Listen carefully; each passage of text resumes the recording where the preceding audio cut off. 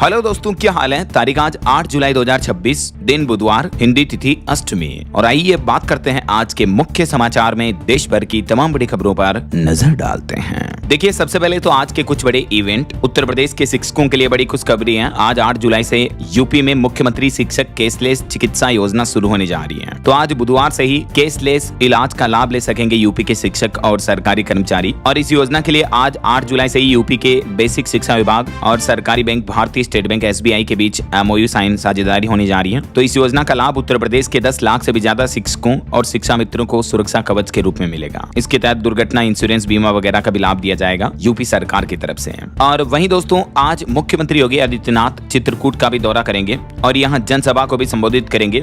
और आज मिर्जापुर भी आएंगे सीएम योगी, मां विंध्यवासिनी मंदिर में दर्शन पूजा करेंगे। और तपोभूमि चित्रकूट में भी सीएम योगी 950 करोड़ की परियोजनाओं का शिलान्यास और लोकार्पण करेंगे। इसके अलावा दोस्तों, उत्तर प्रदेश के करोड़ों अभिभावकों माता पिता के लिए भी बड़ी खुशखबरी है। आज 8 जुलाई को बैंक खाते में 1212 रुपए भेजे जाएंगे। करोड़ों स्टूडेंट्स के, छात्र छात्राओं, बच्चों के अभिभावकों के खातों में ये धनराशि भेजेगी यूपी सरकार यूनिफॉर्म, जूते, मोजे, स्कूल बैग, स्टेशनरी खरीदने के लिए। चलिए अगली खबर देखिए। पीएम मोदी के स्वागत के लिए तैयार है ऑस्ट्रेलिया। आज 8 जुलाई से ऑस्ट्रेलिया में वार्षिक लीडर समिट का आयोजन होने जा रहा और पीएम मोदी भी 8 से 10 तारीख तक ऑस्ट्रेलिया के दौरे पर रहेंगे। अभी तो प्रधानमंत्री इंडोनेशिया के दौरे पर हैं। वहीं छत्तीसगढ़ के मुख्यमंत्री विष्णुदेव साय की कैबिनेट मीटिंग भी होने जा रही है आज 8 जुलाई को। तो कई बड़े फैसलों पर मुहर लग सकती है। देखते हैं क्या क्या फैसले लिए जाते हैं, मैं आपको बता दूंगा। और देश के परिवहन मंत्री नितिन गडकरी आज एक्सप्रेस वे का निरीक्षण करेंगे। NHAI ने कई जगहों पर सड़क सुधारने का काम शुरू कर दिया। तो नितिन गडकरी आज यहाँ दिल्ली मुंबई एक्सप्रेस वे का निरीक्षण करने के लिए आएंगे। और मौसम विभाग की चेतावनी दोस्तों, 8 जुलाई को अगले 9 घंटों के अंदर देश के 13 राज्यों में अति भारी बारिश की चेतावनी। आंधी तूफान हवाएं भी देखने को मिलेगी 85 किलोमीटर प्रति घंटा की रफ्तार से।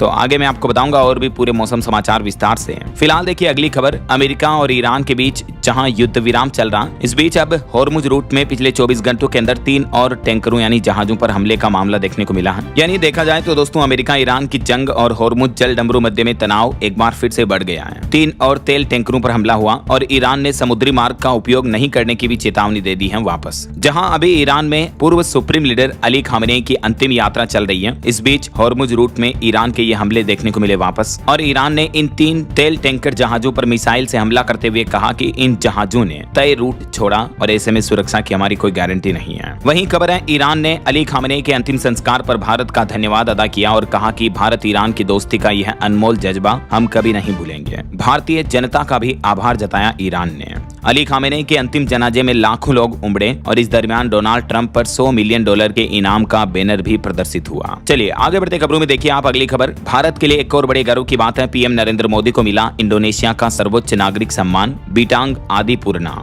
अभी आपको बताऊंगा, पीएम मोदी इंडोनेशिया दौरे पर हैं। इस दरमियान भारत इंडोनेशिया दोनों देशों के बीच कई अहम समझौते भी हुए। IIM को लेकर भी पीएम मोदी ने एक बड़ा ऐलान किया। इसके तहत IIM बेंगलोर का पहला इंडोनेशियाई परिसर पूर्वी जावा में खोला जाएगा। वहीं इंडोनेशिया को ब्रह्मोस मिसाइलें भी देगा भारत, मतलब इंडोनेशिया हमसे खरीदेगा। डिफेंस सेक्टर में ये बड़ी कामयाबी है और EVM बनाने पर भी दोनों देशों के बीच सहयोग सहमति बन सकती है। पीएम के दौरे के दौरान इंडोनेशिया के राष्ट्रपति बोले कि मेरे शरीर में भी भारतीय DNA है। पीएम मोदी की मौजूदगी में उन्होंने जब ये बात कही तो लोगों की तालियां गूंज गई। और इस मौके पर पीएम नरेंद्र मोदी ने कहा कि भारत और इंडोनेशिया की रणनीतिक साझेदारी का नया स्वर्णिम अध्याय शुरू होने जा रहा है। ये देख सकते हैं पीएम मोदी के इंडोनेशिया दौरे के कुछ मोमेंट्स भी। मोदी बोले, भारत इंडोनेशिया में कुछ कुछ होता है, DNA म्यूचुअल ट्रस्ट से बना है। और इंडोनेशियाई राष्ट्रपति ने कहा कि मैं मोदी का करियर कॉपी करता हूँ। और ये देख सकते हैं आप, पीएम मोदी को इंडोनेशिया का सर्वोच्च सम्मान देते हुए इंडोनेशियाई राष्ट्रपति द्वारा ये अवार्ड दिया गया। इस दरमियान जकार्ता में राष्ट्रपति भवन में नरेंद्र मोदी को गार्ड ऑफ ऑनर भी दिया गया। चलिए अगली खबर देखिए। E20 पेट्रोल से इंजन खराब होने के दावे खारिज हैं। एक बार फिर से पेट्रोलियम मंत्री हरदीप सिंह पुरी बोले कि गाड़ियों में सर्विस के बाद कोई दिक्कत नहीं आ रही है। जो सोशल मीडिया पर इस तरह के दावे किए जा रहे हैं, तो एक बार फिर से सरकार ने इन दावों को निराधार बताया है। हालांकि दिल्ली के पूर्व मुख्यमंत्री अरविंद केजरीवाल ने इस मुद्दे पर एक आरोप लगाते हुए कहा कि सरकार ने E20 पेट्रोल को बढ़ावा देने के लिए ऑटो कंपनियों से झूठ बुलवाया। और केजरीवाल बोले कि वो इस बारे में पीएम मोदी को पत्र भी लिखेंगे। वहीं एक मीडिया रिपोर्ट तो ये सामने आ रही है कि पेट्रोल में 25% एथेनॉल मिलाने का प्लान जो है वो फिलहाल टल सकता है। अभी 20% इथेनॉल मिलाया जा रहा, और क्योंकि इतनी मात्रा से ही इस तरह के दावे किए जा रहे हैं कि गाड़ियों के माइलेज घट रहे हैं, पार्ट्स खराब हो रहे हैं, इंजन खराब की शिकायतें आ रही हैं, तो इस बीच अब इथेनॉल की मात्रा बढ़ाने 25% तक करने की योजना को सरकार फिलहाल टाल सकती है।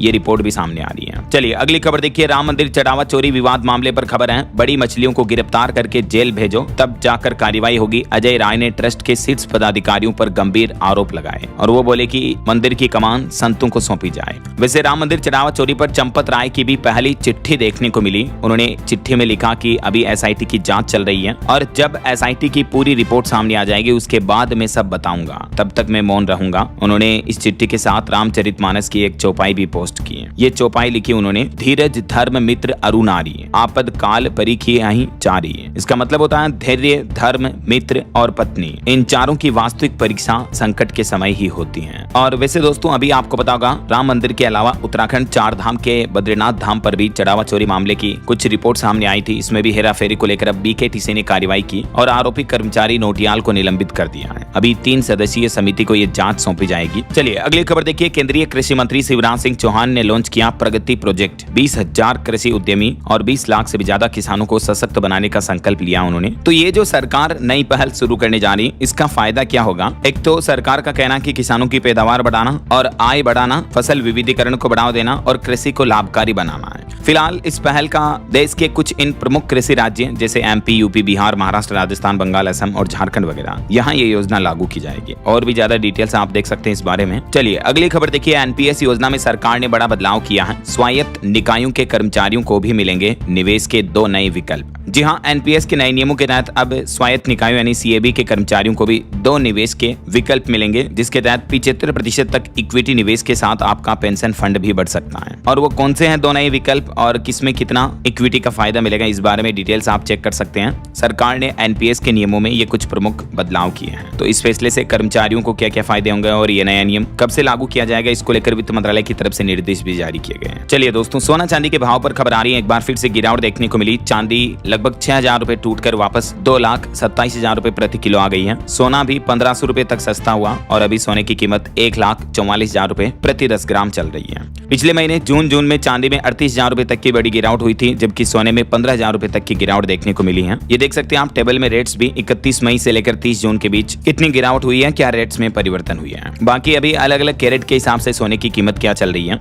इस बारे में भी डिटेल्स आप चेक कर सकते हैं। चलिए अगली खबर देखिए। सरकार ने एयर सुविधा 2.0 पोर्टल लॉन्च किया और इस नए पोर्टल के नए नियमों के तहत अब भारत आने वाले हर यात्री को अपना हेल्थ डिक्लेरेशन फॉर्म भरना जरूरी होगा। जो भी अंतर्राष्ट्रीय यात्री भारत आते हैं तो भारत सरकार ने उन सभी यात्रियों के लिए एयर सुविधा पोर्टल को नए रूप में 2.0 के नाम से दोबारा शुरू किया है। अब यूएई समेत दुनिया भर के किसी भी देश से, किसी भी शहर से भारत आने वाले हर अंतर्राष्ट्रीय यात्री को उड़ान भरने से पहले ये ऑनलाइन हेल्थ डिक्लेरेशन फॉर्म भरना अनिवार्य होगा। एक्चुअली क्या कि अभी हाल ही में आपको पता होगा कई देशों में वायरस वगैरह के मामले देखने को मिले हैं, तो WHO ने भी इस बारे में घोषणा की थी। उसके बाद एविएशन मिनिस्ट्री की तरफ से ये फैसला लिया गया है। ये देख सकते हैं आप, ऑनलाइन ये पोर्टल है और इस तरह से ये फॉर्म का प्रारूप रहेगा। चलिए अगली खबर देखिए। वित्त मंत्रालय का बड़ा अपडेट सामने आ रहा। एमएसएमई सेक्टर को बड़ी राहत दी। ECLGS 5.0 के तहत 1.5 लाख करोड़ की गारंटी दी है वित्त मंत्रालय की तरफ से। देश के एमएसएमई सेक्टर को बढ़ावा देने के लिए इस योजना में इतने बजट की घोषणा की है। वहीं सरकार का कहना है कि पीएम सेतु योजना का भी देश भर में विस्तार होगा। 1237 करोड़ रुपए से भी ज्यादा के निवेश की इस योजना के लिए मंजूरी मिल चुकी है। ये पीएम सेतु योजना क्या है, इसका फुल फॉर्म होता है प्रधानमंत्री skilling and employability transformation through upgraded ITI।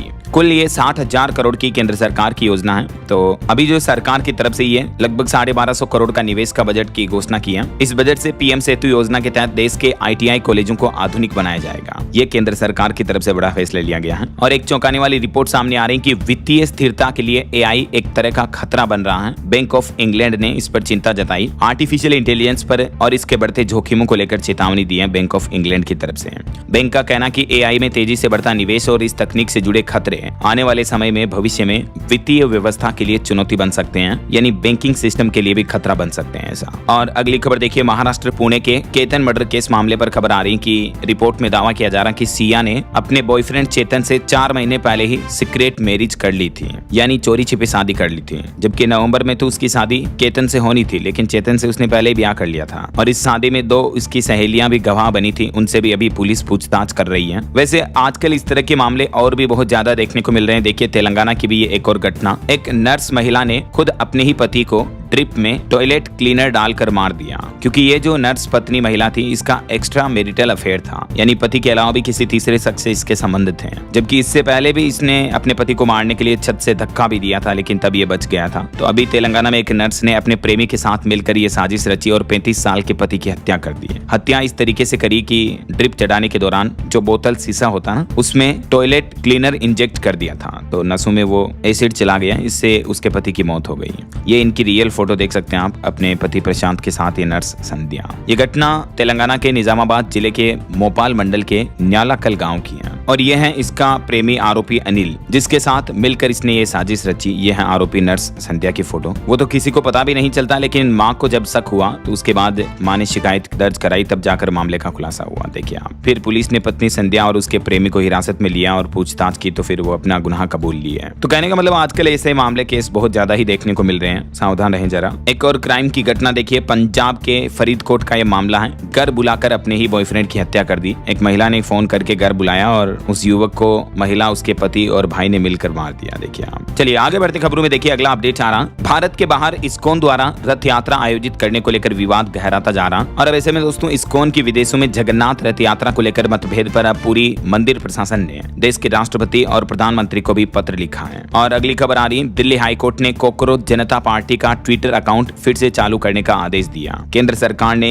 इस अकाउंट को ब्लॉक करवा दिया था, आपको पता होगा, जब ये सीजेपी काफी वायरल हो रही थी। तो अभी दिल्ली हाईकोर्ट ने वापस इस अकाउंट को एक्टिव करने का आदेश दिया है। और वहीं सरकारी कर्मचारियों के लिए एक इंपोर्टेंट अपडेट आ रहा। देखिए हाईकोर्ट का बड़ा फैसला। कर्नाटक हाईकोर्ट ने एक केस पर सुनवाई करते हुए कहा कि रिटायरमेंट वाले दिन भी प्रमोशन का चार्ज लिया अगर किसी सरकारी कर्मचारी ने, तो इस प्रमोशन के पदोन्नति के फायदे पेंशन में भी मिलेंगे। ऐसा ये देख सकते हैं दोस्तों, पूरा केस क्या था इस मामले से जुड़ा, और इस पर सुनवाई करते हुए कर्नाटक हाईकोर्ट ने सरकारी कर्मचारियों के हित में ये बड़ा फैसला सुनाया है। और वहीं खबर आ रही कि अमरनाथ गुफा में शिवलिंग पूरी तरह से पिघल चुका है, जबकि अभी तो यात्रा के सिर्फ 5 दिन ही हुए हैं। करीब 3 लाख से भी ज्यादा श्रद्धालुओं के दर्शन करना अभी बाकी है, लेकिन गर्मी इतनी पड़ रही है कि जो बर्फ का शिवलिंग है अमरनाथ गुफा में, वो अभी ही लगभग पूरी तरह से पिघल गया है। सिर्फ 5 दिन यात्रा चली इस दरमियान ही। इन 5 वजहों से ये हिमलिंग का आकार घट रहा है साल दर साल। ये कुछ रीजन भी आप देख सकते हैं, तो तापमान बढ़ रहा है, ग्लोबल वार्मिंग बढ़ रही है वगैरह वगैरह। वरना ये तस्वीरें आप देख सकते हैं 1999 की है, जब अमरनाथ का शिवलिंग 10 फीट से भी ऊंचा दिख रहा है। चलिए दोस्तों अगली बड़ी खबर देखिए, तेलंगाना डीएसपी के पास मिली 300 करोड़ से भी ज्यादा की संपत्ति।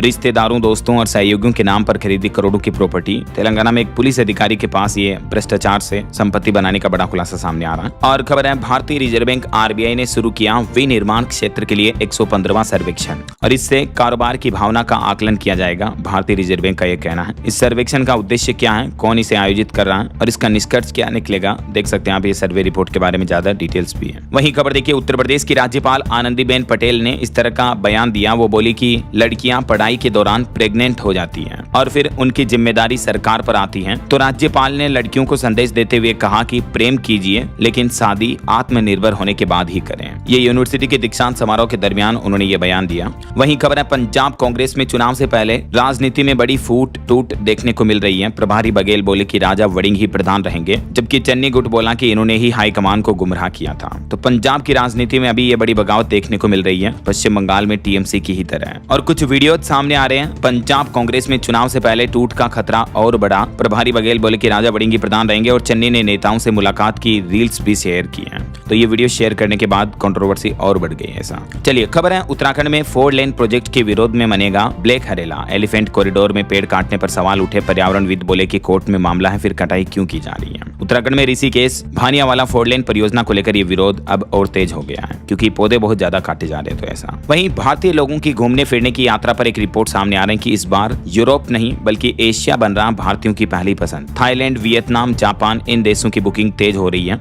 जबकि यूरोप की महंगी फ्लाइट्स की वजह से ट्रेवल ट्रेंड ही बदल रहा है। अभी थाईलैंड की बुकिंग में 30 से 35% तक की बढ़ोतरी हुई है। और वहीं खबर है, पीएम मोदी के लिए लगेगा 2 करोड़ का टेंट। चंडीगढ़ में 17 जुलाई को पीएम का प्रस्तावित दौरा हो सकता है। एक ही दिन में 8 टेंडर भी जारी हुए हैं। देखिए मतलब नेताओं के आने का खर्चा कितना ज्यादा होता है। उनके दौरे का। वहीं खबर है पंजाब जालंधर में एक्टिवा स्कूटी के लिए 8.5 लाख का VIP नंबर खरीदा। इतने पैसों से तो 8 एक्टिवा आ सकती है। दरअसल जो स्पेशल नंबर होते हैं उनकी ऑक्शन होती है और 25 लाख में बिके ये 9 नंबर देख सकते हैं आप। 0001 नंबर वाले की जो बोली लगी वो 8.5 लाख रुपए के लगभग है। फिर 2, 3, 4, 5, 6 से लेकर 9 तक के नंबर इतने में बिके हैं। और अगली बड़ी खबर देखिए दोस्तों, Gujarat Ahmedabad serial blast case मामले में गुजरात हाईकोर्ट ने बड़ा फैसला सुनाया और 38 दोषियों की फांसी की सजा को बरकरार रखा है। जी हां, अहमदाबाद सीरियल ब्लास्ट केस में इन सभी 38 दोषियों की फांसी बरकरार रहेगी। हाईकोर्ट ने फैसला सुनाते हुए पहले ही इस मामले में 11 लोगों को उम्र कैद की सजा सुना रखी है, क्योंकि 18 साल पहले 70 मिनट में 21 धमाके हुए थे जिसमें सैकड़ों लोगों की जानें गई थी। 2008 का ये अहमदाबाद सीरियल ब्लास्ट का मामला है। वहीं खबर आ रही टाटा पावर कंपनी ने बड़ा प्लान बनाया। साल 2030 तक 1 लाख करोड़ रेवेन्यू का लक्ष्य रखा है। उड़ीसा राज्य में नई सोलर मैन्युफैक्चरिंग यूनिट भी लगाएगी टाटा पावर कंपनी। 10,000 करोड़ रुपए का नेट प्रॉफिट हासिल करने का लक्ष्य तय किया 2030 तक। और कंपनी यहाँ उड़ीसा में 10 गीगावाट सोलर मैन्युफैक्चरिंग प्लांट भी लगाने जा रही है, तो इससे भी निवेश बढ़ेगा, कई लोगों को रोजगार वगैरह मिलेगा। बहरहाल अभी तो अपन कुछ और महत्वपूर्ण और काम की खबरें देखेंगे दोस्तों, लेकिन फिलहाल वक्त तो चला है आज के ताजा मौसम समाचार जानने का। और हाँ, एक छोटी सी रिक्वेस्ट आपसे ये है कि अगर आप DLS न्यूज चैनल से अभी तक भी जुड़े नहीं हो तो जुड़ जाइए, चैनल को सब्सक्राइब करके बेल आइकन दबा दीजिए और इस वीडियो पर एक लाइक और शेयर भी कर देना, ताकि आपको रोजाना की ताजा खबरें, महत्वपूर्ण मुख्य समाचार, काम के न्यूज अपडेट सबसे पहले आपके मोबाइल पर मिलते रहेंगे। ओके, और चलिए दोस्तों आगे बढ़ते हैं खबरों में। देखिए आप, मौसम के काफी गंभीर हालात देखने को मिल रहे हैं। महाराष्ट्र, यूपी, उड़ीसा समेत देश के 23 राज्यों में भारी बारिश की चेतावनी है। मध्य प्रदेश, महाराष्ट्र, मुंबई वगैरह में तो बाढ़ जैसे हालात चल रहे हैं और गुजरात में भी स्थितियां काफी गंभीर है। कुछ तस्वीरें देखिए, गुजरात के सूरत में तो मार्केट का बेसमेंट ही पूरा डूब गया, कारें बह गई। जम्मू कश्मीर के डोडा में बादल फटने से बाढ़ आई हुई है। पहाड़ से गिरे पत्थर और मिट्टी से घर, दुकानें भी बर्बाद हो गई। अभी महाराष्ट्र के नासिक में बादल फटने की भी चेतावनी दी है मौसम विभाग ने। त्र्यंबकेश्वर मंदिर भी बंद है, इतनी तेज बारिश हो रही है। कई जगहों पर बाढ़ और मलबे में गाड़ियां भी फंस गई हैं। और दोस्तों लैंडस्लाइड कितना पावरफुल होता है इस बात का अंदाजा लगा सकते हैं आप। ये वीडियो देखिए, केरल के वायनाड की ये घटना है। यहाँ लैंडस्लाइड की चपेट में आ गए कई लोग, मलबे से बचकर भागते दिखे। 200 फुट दूर से तिनके की तरह बहता आया टैंकर, इतना फोर्स होता है मलबे में। एक्चुअली इस पूरे हादसे का CCTV वीडियो फुटेज सामने आ रहा, देख सकते हैं आप। जहाँ ये टैंकर तो सामने से जा रहा था, लेकिन टैंकर के सामने से ही लैंडस्लाइड हुआ तो टैंकर पूरा यूं घूम गया, देख सकते हैं इस वीडियो में। और घूमकर टैंकर इतनी स्पीड से इस तरफ आया, कई लोग मलबे में नीचे दब गए, जिनका रेस्क्यू ऑपरेशन किया गया। फिर CCTV में कैद हुआ वायनाड भूस्खलन का ये पूरा खौफनाक मंजर वीडियो। खिलौने की तरह बहता गया टैंकर, देखते ही देखते कई लोग दब गए। और गुजरात सूरत में देखिए 7 इंच बारिश से कई इलाके डूबे। करंट लगने से 3 लोगों की मौत हो गई। दक्षिण गुजरात में भी भारी बारिश का अलर्ट है। ये मौसम और बाढ़ के हालातों की कुछ तस्वीरें आप देख सकते हैं। कई जगहों पर स्थितियां कितनी गंभीर चल रही हैं। मैंने आपको कल ही DLS न्यूज चैनल पर मौसम विभाग की चेतावनी का सेपरेट वीडियो भी बताया था। और बाकी कुछ अलग अलग राज्यों की मौसमी स्थितियां देखिए आप। महाराष्ट्र के रत्नागिरी में भूस्खलन से कई मकान गिरे। केरल में स्थिति नाजुक है। गुजरात में भी IMD का अलर्ट है। राजस्थान की बात करें तो जालोर में नदी में जीप पलट गई। चित्तौड़गढ़ में 3 लोगों की मौत हो गई। अलवर, कोटा में भी बारिश का कहर जारी है। अभी तो राजस्थान में अति भारी बारिश की चेतावनी जारी की है मौसम विभाग ने अगले 2-3 दिन के लिए।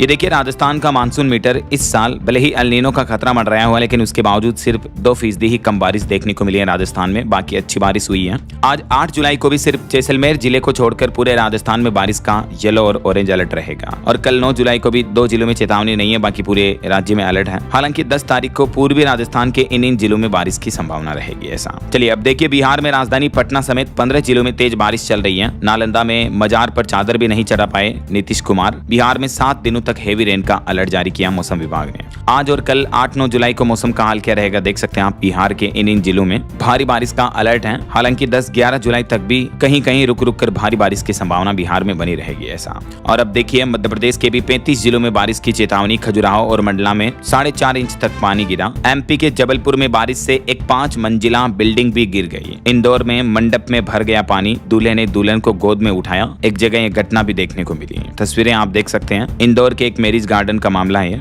बाकी आज 8 जुलाई को भी लगभग पूरे मध्य प्रदेश में बारिश की, अति भारी बारिश की चेतावनी है। और कल 9 तारीख को भी यह अलर्ट रहेगा। अच्छा आप देखिए, पंजाब में भी अचानक मूसलाधार बारिश देखने को मिली। आज भी पंजाब के 10 जिलों में अलर्ट है। चंडीगढ़ में भी भारी बारिश की चेतावनी। हिमाचल में लैंडस्लाइड का खतरा भी बढ़ा। अगले 3 दिन 8, 9, 10 जुलाई तक पंजाब के अलग अलग जिलों में मौसम का हाल क्या रहेगा देख सकते हैं आप। कहां कहां बारिश की चेतावनी है। वहीं उत्तर प्रदेश की बात बात करें दोस्तों तो यूपी के 50 शहरों में बारिश की चेतावनी। शामली में तो कारें और बाइक भी बह गई, इतनी बारिश हुई। और यूपी मथुरा में तो सड़कों पर भी नदियों जैसा बहाव और माहौल देखने को मिल रहा है। आज भी मौसम विभाग की चेतावनी की यूपी के कई जिलों में अति भारी बारिश का अलर्ट रहेगा, तो सावधान रहें। और बारिश के मौसम में बच्चों की ये मस्ती करते हुए तस्वीरें भी आप देख सकते हैं, मन को मोहित करने वाली है। बाकी वैसे यूपी के सभी 75 जिलों में भारी बारिश का अलर्ट है मौसम विभाग की तरफ से। वहीं देखिए हरियाणा में भी गुरुग्राम में बारिश के बाद 10 किलोमीटर लंबा जाम लग गया, नेशनल हाईवे भी धंस गया, फरीदाबाद में बिजली गिरी। और हरियाणा के भी उत्तरी और दक्षिणी जिलों में बारिश का येलो अलर्ट है, बाकी नॉर्मल बारिश की चेतावनी है। पहाड़ी राज्यों की बात करें दोस्तों तो उत्तराखंड में देहरादून समेत 5 जिलों में बारिश की चेतावनी। कई जगहों पर लैंडस्लाइड देखने को मिला और रुद्रप्रयाग में तो अलकनंदा नदी भी उफान पर चल रही है।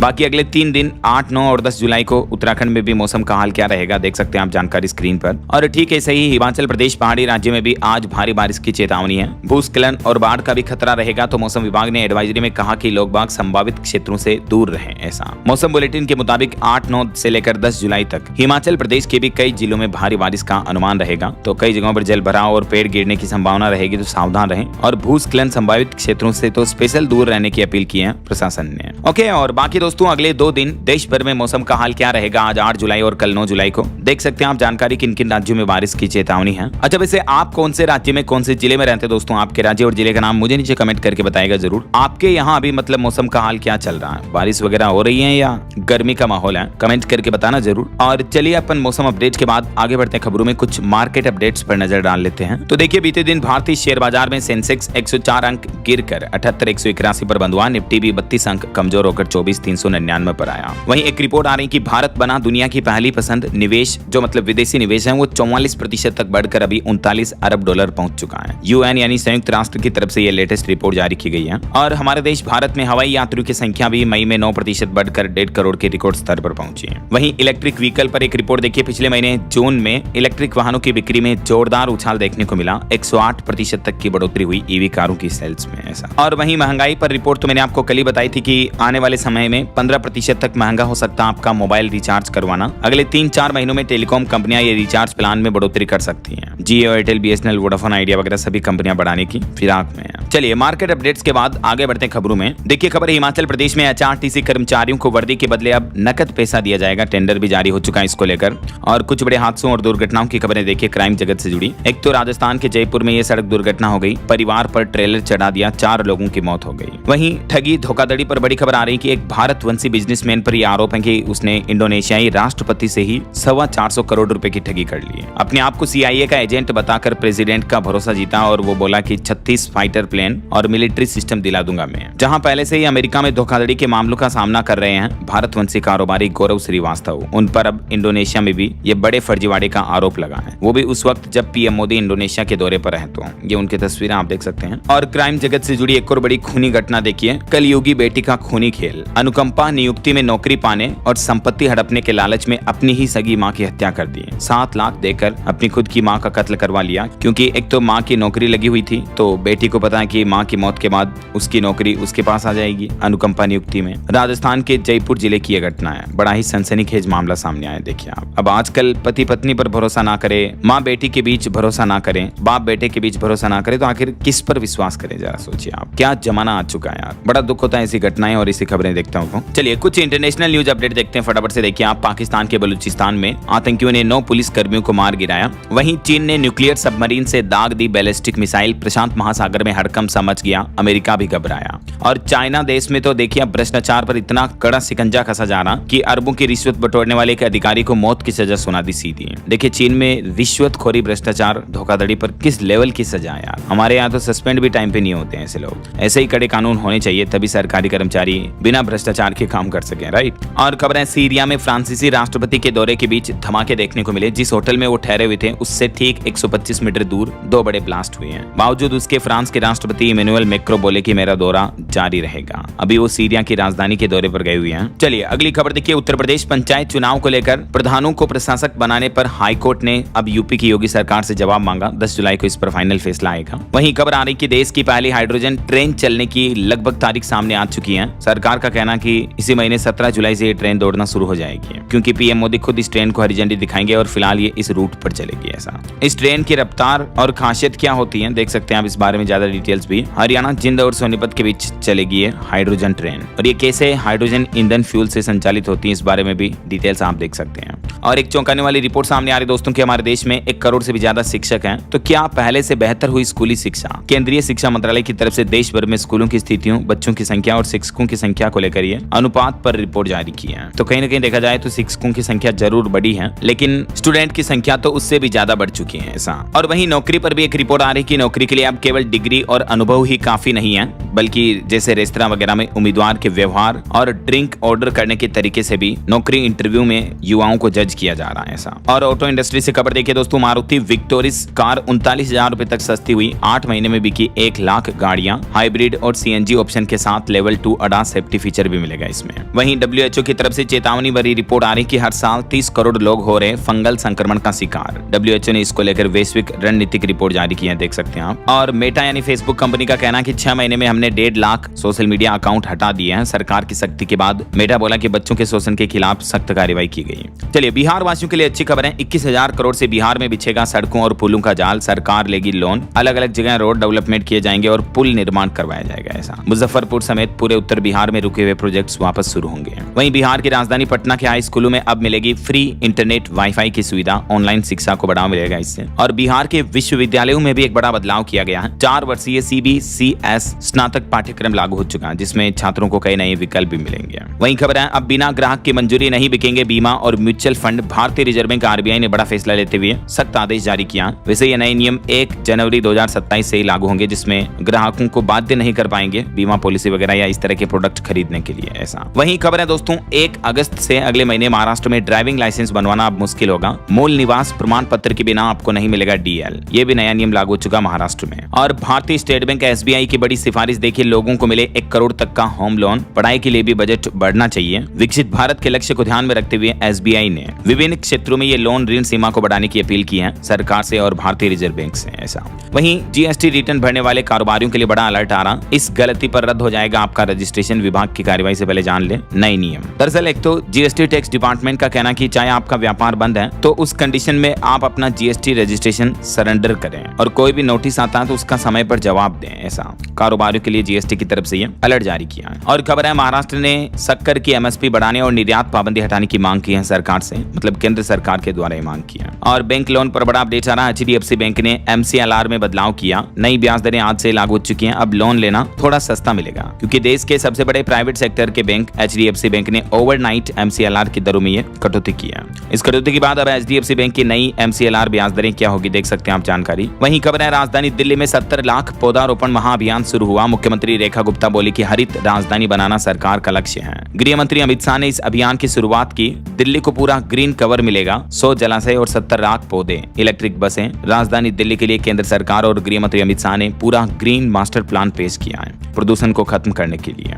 इसके अलावा दिल्ली में कई जगहों पर जो विदेशी और जहरीले बबूल के पौधे हैं उनको भी हटाया जाएगा। इनकी जगह देसी प्रजातियों के पौधे लगाएगी अब सरकार, जैसे पीपल, बरगद, नीम, अर्जुन, जामुन वगैरह इस तरह के पौधे हैं। चलिए, खबर है, दिल्ली की महिलाओं के लिए खुशखबरी। 2500 रुपए को लेकर बड़ा अपडेट सामने आ रहा। दिल्ली सरकार का प्लान है, जो महिला समृद्धि योजना शुरू करने जा रही, तो इस साल रक्षा बंधन के त्योहार से ही मतलब ये योजना शुरू हो सकती है। महिलाओं को हर महीने 2121 रुपए मिलने की ऐसा। वहीं अमरनाथ यात्रियों के लिए खुशखबरी। जम्मू स्टेशन से भगवती नगर अब 4 फ्री मिनी बसें चलेगी। सुबह 6 से रात 9 बजे तक सेवा मिलेगी। और बड़ी खबर है, साइबर सिक्योरिटी के लिए बड़ा खतरा बना AI। दुनिया का पहला एजेंटिक रेनसमवेयर वायरस अटैक भी सामने आ चुका है AI की बदौलत। वहीं हरियाणा राज्य के कारीगरों के लिए अच्छी खबर है। शिल्प संपदा योजना के तहत अब उन्हें भी 10 लाख तक का लोन और ट्रेनिंग वगैरह की सुविधा भी मिलेगी। इस योजना के लिए कैसे आवेदन कर सकते हैं? ऑनलाइन इस पोर्टल के माध्यम से आवेदन किया जा सकता है। वहीं खबर है, राजधानी दिल्ली वासियों का अब सफर आसान होगा। सड़कों पर उतरी 300 नई इलेक्ट्रिक बसें, अमित शाह ने हरी झंडी दिखाई। और उत्तराखंड के पहाड़ी मार्गों पर भी परिवहन को नई मजबूती मिलेगी। 50 मिनी और 140 इलेक्ट्रिक बसें संचालित की जाएगी। उत्तराखंड के परिवहन मंत्री का ये प्लान है। वहीं हाल ही में जो वेनेजुएला में भूकंप आया था दोस्तों, तो उसमें मरने वालों की संख्या बढ़कर 3500 हो चुकी है, जबकि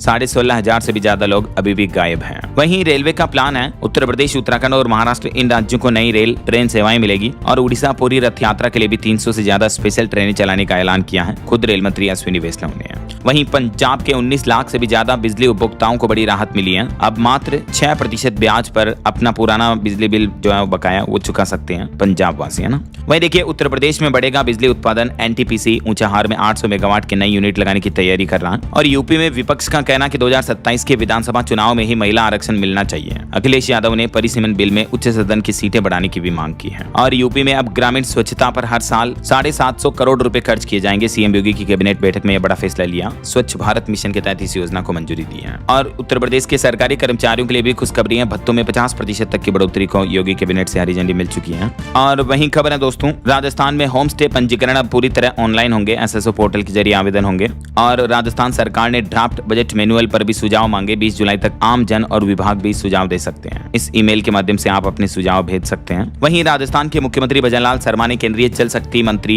सीआर पाटिल से मुलाकात की और राजस्थान की प्रमुख जल परियोजनाओं पर भी चर्चा हुई। और मध्य प्रदेश राज्य सरकार ने फिर से 3600 करोड़ रुपए का कर्ज लिया। 18 साल और 30 वर्ष में चुकाएंगे वो लोन। इतना ज्यादा लोन कर्ज हो चुका अभी एमपी पर। देखिए आप, राज्यों की कमाई ज्यादा नहीं है, लेकिन जो पैसे वगैरह बांटने की सरकारी स्कीमें हैं तो उनको जारी रखने के लिए ये राज्य सरकारें समय समय पर लोन कर्ज लेते रहते हैं और इससे राज्य पर कर्ज बढ़ता जाता है ऐसा। और छत्तीसगढ़ में आरक्षक भर्ती रद्द करने से हाईकोर्ट ने भी इनकार कर दिया और इससे जुड़ी याचिकाओं को भी खारिज कर दिया। और यूपी पुलिस की बड़ी कार्रवाई देखिए, 6 हत्याएं करने वाला आसिफ अली मारा गया। यूपी पुलिस एसटीएफ ने एनकाउंटर में 2 गोलियां मारी। कुछ और एजुकेशनल अपडेट्स देखिए दोस्तों। एनसीईआरटी 8वीं की सोशल साइंस की नई किताब जारी हुई। अब न्यायपालिका पर विवादित जो चैप्टर था वो बदला गया। वहीं बिहार में पीएचडी के नए नियम लागू हो चुके हैं। अब 7.5 सीजीपीए है तो 4 साल के ग्रेजुएशन के बाद सीधे पीएचडी में एडमिशन मिल पाएगा। मास्टर डिग्री की भी जरूरत नहीं होगी। और भारतीय रेलवे ने भी 4098 नई भर्तियों को मंजूरी दे दी है। जल्दी नोटिफिकेशन जारी किया जाएगा। वहीं जेईई नीट की तैयारी अब सरकारी स्कूलों में हो पाएगी। बिहार बोर्ड ने बड़ा प्लान बनाया। पटना के भी 10 मॉडल स्कूलों से इसकी शुरुआत होने जा रही है।